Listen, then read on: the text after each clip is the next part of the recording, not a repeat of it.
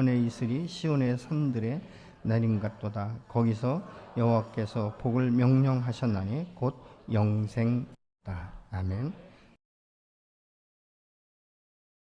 우리 가정을 생각해 보면 한 가정이 얼마나 연합되어 있는가를 통해서 보면 그 가정이 행복한 가정인지 아닌지를 우리가 알 수 있게 되는 것이죠. 이 가정이 연합이 되지 않은 가정을 뭐라고 말합니까? 콩가루 집안이다 이렇게 말하고 있지 않습니까? 왜 같은 가정 가운데서 한 형제요, 한 자매며 이 부모 밑에 성장을 했는데 왜 이것이 연합이 되지 않을까? 각자가 가지고 있는 이 자기 주장과 이 어떤 이 정체성에 대한 문제들인 것을 우리가 볼 수 있죠. 온 가족이 연합해서 하나가 될 때 그런 가정은 아름다운 가정, 행복한 가정, 날마다 집에 일찍 들어가고 싶은 이런 가정이 되지 않겠습니까? 하나가 된다는 것은 그러면 자기 주장을 주장하는 가정이나 사람은요 한 사람으로 통과할 수 없는 것을 우리가 볼 수 있습니다. 다시 말하면 하나가 되기 위해서는 자기의 권리를 포기하는 이것이 매우 중요한 것이죠. 자기 사랑하는 것처럼 남도 사랑해 준다면 아마 그런 사람들의 관계는 서로 굉장히 아름다운 관계가 될 것이죠. 하나가 된다는 것은 어떤 특정한 한 사람의 노력만으로 되어지지는 않습니다. 모두가 함께 노력해야 되는 것을 우리가 볼 수 있게 되는 것이죠. 그런데 누가 노력을 해야 되는가? 그것을 먼저 깨닫는 사람이 먼저 시작을 해야 되는 것이죠. 때로는 힘들고 때로는 고난의 길을 할지라도 그 길을 함께 가기 위해서는 먼저 마땅히 내가 누릴 수 있는 이 모든 권리를 내려놓는 것인데 이 권리를 내려놓을 수 있는 것은 인간의 의지나 어떤 세상적인 어떤 지식에 의한 것이 아니라 하나님의 사랑 안에서 이것이 이루어져야 될 줄로 믿습니다. 세상의 이 가치관과 이 세계관은요 다 자기중심적이에요. 내가 먼저 성공해야 되고 내가 먼저 잘 먹고 잘 살아야 되고 다른 사람 앞에서 좀 의시되고 싶은 이런 그 높아지는 마음들이 있는 것을 우리가 봅니다. 그런데 그리스도의 사랑 안에서는 이 예수와 함께 십자가에 죽은 사람들은 섬기는 자의 모습을 쓸 수 있지 않습니까? 모든 것들을 십자가 앞에 내려놓고 내 권리를 사실은 이 권리 포기라는 것이요 내가 무슨 큰 힘이 있어서 내가 뭐 능력이 있어서 포기하는 것이 아니라 하나님께서 내게 부여하신 권리를 하나님께 이양시키는 것 그것이 먼저 권리 포기인 것이에요. 그래서 내 인생을 여호와 하나님께서 이끌어 가실 수 있도록 나의 모든 권리를 내가 드리는 것이죠. 그럴 때 여호와께서 내게 성령으로 강력하게 임하셔서 내 영을 새롭게 세우시며 하나님의 영광을 나타내기 위해서 당신께서 계획하신 모든 축복들을 그를 통해서 부어주시는 것을 우리가 성경을 통해서도 볼 수 있게 됩니다. 그러니까 이것은 뭐냐면 하나님의 그 극진하신 이 사랑하심이 이 세상 가운데 눈으로 볼 수 없기 때문에 당신의 독생자 말씀이 육신이 되어 이 땅 가운데 신 예수 그리스도께서 그 십자가의 죽으심으로 말미암아 삶을 통해서 행동을 통해서 우리에게 하나님의 사랑이 어떠함을 내어주신 것 아니겠습니까? 그래서 그 사랑 안에서 우리가 은혜를 받고 우리가 구원받을 때 한 생명 안에서 한 형제요 한 자매라고 우리가 말할 수 있게 되는 것이죠. 그렇기 때문에 이 형제가 연합한다는 건 십자가의 사랑 안에서 새롭게 시작되는 줄로 믿습니다. 예수 안에서 거듭난 하나님의 자녀들은 새로운 인생을 살아가야 되는 것 아니겠습니까? 새로운 세계관. 그래서 날마다 그 과정 가운데 우리는 어떻게 표현하냐면 사실은 우리는 예수 안에서 거듭나면요. 계속적으로 우리 심령이 변화를 받기 위해서 굉장한 갈등을 우리가 느끼는 것을 우리가 볼 수 있습니다. 그래서 어떤 그 단체에서는 이렇게 말하고 있죠. 우리가 지금 공사 중입니다. 이렇게 말합니다. 공사는 무엇입니까? 뭔가 새롭게 되기 위해서 다 뜯어내고 다시 새롭게 건축하는 것들을 우리가 말하고 있는 것이죠. 자신의 권리보다 다른 사람을 먼저 존중하는 이 마음을 가지고 대할 때 함께 변화되고 함께 성장하면서 건강한 공동체의 몸을 이루게 되는 줄로 믿습니다. 여러분 우리가 한 마음으로 한 교회가 지어진다는 것은 마치 건물과 같은 거예요. 건물은 수직과 수평의 이 기둥들이 서로 연결되고 연합되고 그 외에 이제 콘크리트를 부어서 안전하게 이 강화시킬 때 아주 그 튼튼한 이런 이 건물이 되어지는 것들을 우리가 볼 수 있지 않습니까? 저희 교회가 이제 건축한 지 18년 됐는데요. 참 놀라운 것은 하자가 없다는 거예요. 얼마나 감사한지. 이것은 무엇입니까? 건축을 잘한 것이라고 우리가 볼 수 있게 되는 것이죠.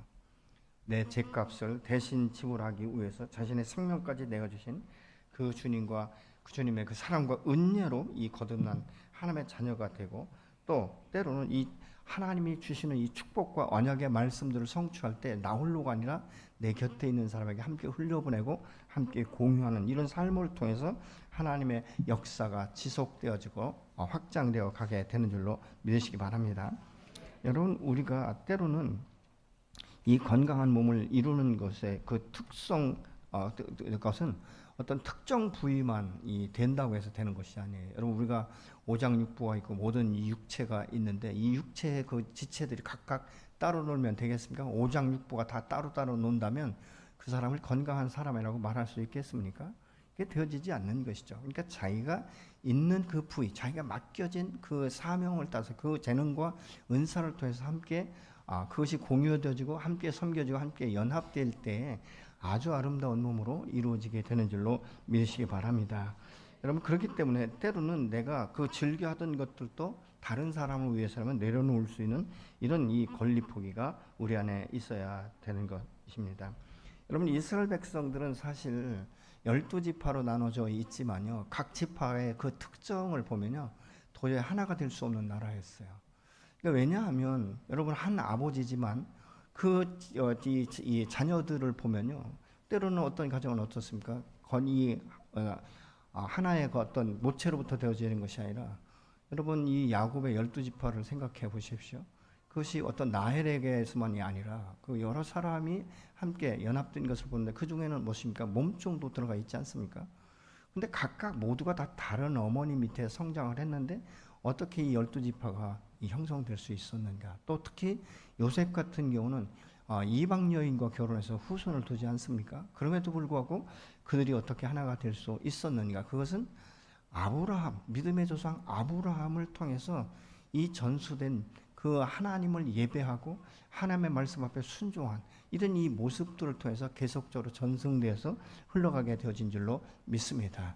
이 아브라함은요, 때로는 갈 바를 알지 못했다고 히브리서는 말씀하고 있거든요. 그럼에도 불구하고 여호와의 말씀을 준행하기 위해서 그 말씀대로 한 걸음 한 걸음 나아가는 것들을 우리가 볼 수 있지 않습니까? 때로는 실수하고 때로는 실패한 것 같지만 그럴 때마다 주님 앞에 다시 나와 제단을 쌓고 예배를 드리고 예배의 회복이 있어지고 그 안에 성령의 역사가 나타나게 되어짐으로 인하여서 오늘날도 우리가 믿음의 조상이라고 부를 수 있는 것처럼, 그래서 이스라엘 백성들은요, 이 절기가 되면 이 성전에 모여서 각 지파가 각각 예배를 하나님 앞에 드렸고 그 예배를 통해서 하나가 되는 역사가 일어났다는 것입니다.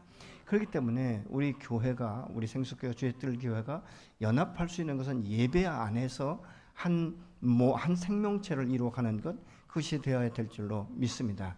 그러면 어떻게 하면 우리가 이 한 몸을 이루어가면서 이것을 건강한 이 몸으로 형성해 나갈 수 있는가? 그것은요, 시편 134편에 보면 그것이 뭐냐면 하나님 앞에 예배와 기도하는 모습인 것을 우리가 볼 수 있게 됩니다.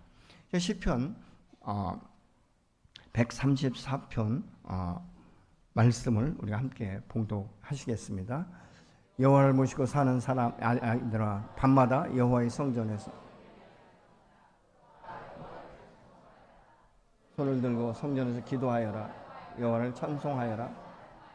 하늘과 땅과 지으신 여호와께서 시온에서 너에게 복을 내리시리라. 현대어 성경은 이렇게 번역을 하고 있습니다.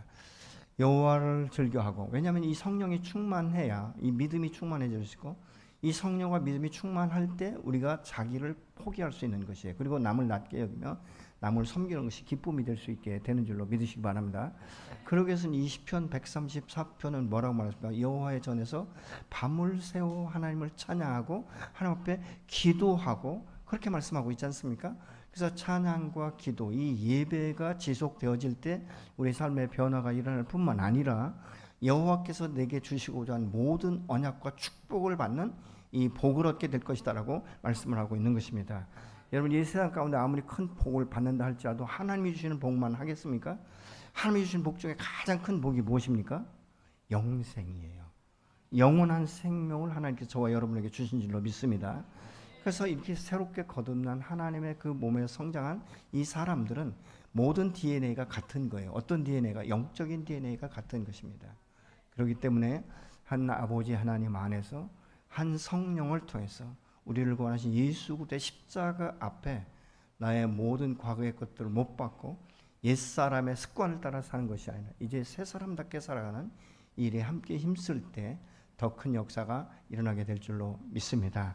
특별히 우리가 이제 두 교회지만 이 한 교회로 한 몸으로 우리가 성장해야 되기 때문에 여러분 앞으로는 우리가 질문할 때 어디에서 오셨어요 이렇게 묻지 말고 그냥 생수교회, 그렇죠? 생수 공동체 안에서 하나가 되어지는, 서로 노관하고 서로 깎이고 서로 세워지고 합력해서 선을 이루는 저와 여러분이 되시기를 예수님으로 축복합니다.